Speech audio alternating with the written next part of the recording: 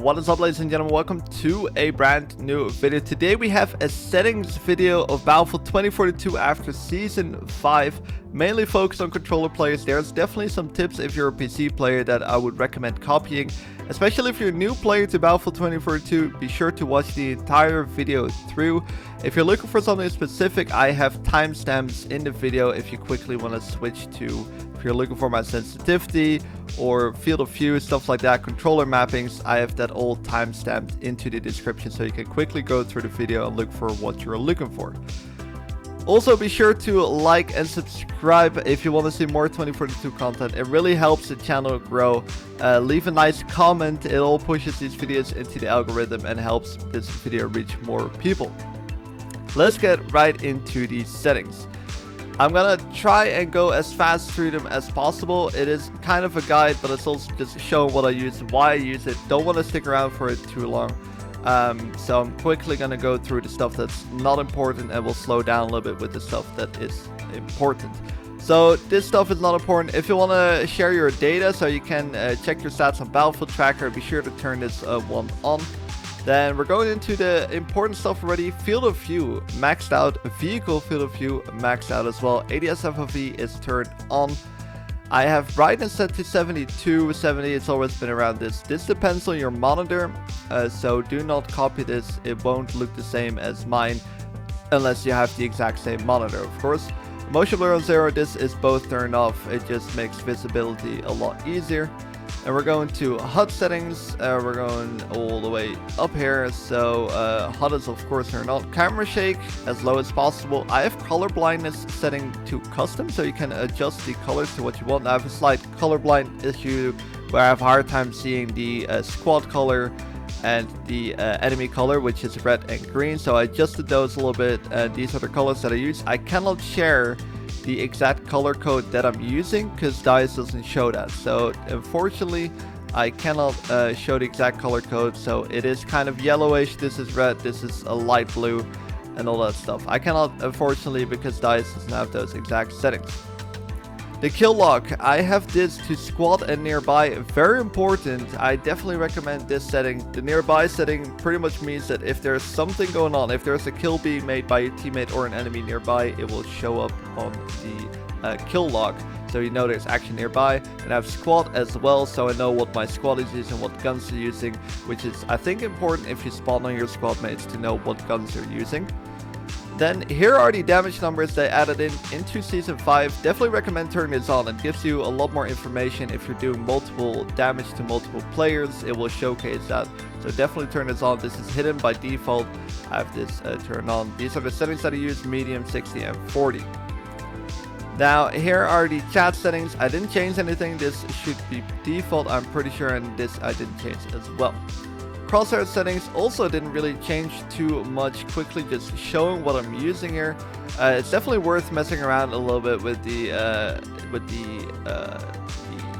hit indicator and the crosshair settings, as this could make the game a little bit more clearer for you if you're getting hits or not, if you don't like what it is. Definitely a useful setting to have the correct crosshair settings. Minimap, also a lot of this stuff is kind of on default. I think I adjusted these three. I'm not 100% sure what the default settings were. These three you can switch around to anytime you want. If you're playing the game, you can just switch to ground vehicle setting, which is 100.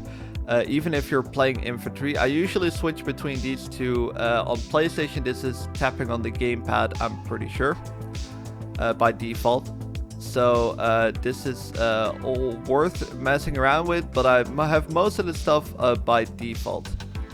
So HUD icons, this is definitely all on default, nothing really interesting. Alright, sound important, of course. I have 3D headphone settings, music completely turned off. You can turn off the game in-game announcer, it's not that important. I have the world music, you can turn it off here as well, but most important thing, 3D headphones with stereo. Voice chat, all default. Subtitles, doesn't really matter. Alright, controller. So I have a custom controller mapping. Well, it's good to know I use the DualSense Edge. I pretty much used the same button layout before the DualSense Edge, so this is definitely still interesting. But I have this to custom.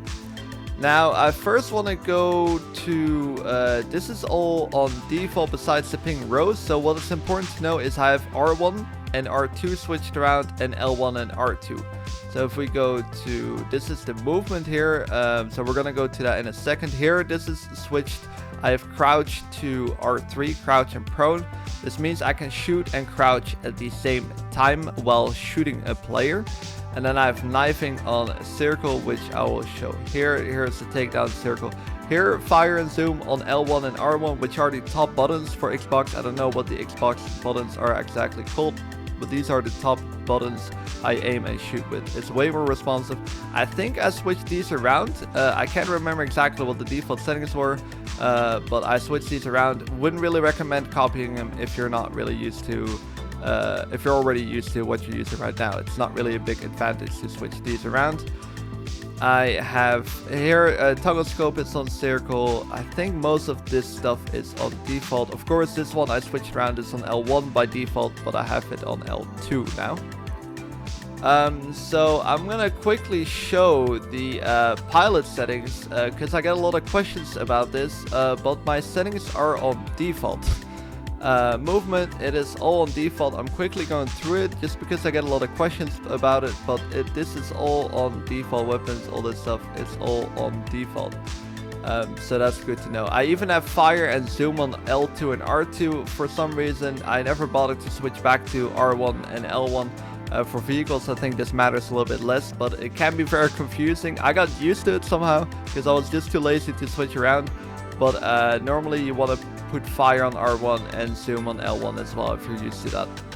I just never bothered to switch around, but I got used to it now. So all that stuff is pretty much on default settings for the vehicle part. And then my controller is a little bit adjusted. I have back buttons, so the left back button is for jumping, the right back button is for pinging players. If you're using a DualSense Edge and you want to copy that. Now, I'm pretty sure we have the sensitivity settings right here. Of course, very important. Quickly going through that as well. Soldier aim sensitivity completely maxed out. Wouldn't really recommend copying this. It's not really necessary. I used to have this on 90. Now I switched to 100. Field of view again, 105. Uniform soldier aiming on. Definitely be sure to have this one on. ADS OV on, also very important.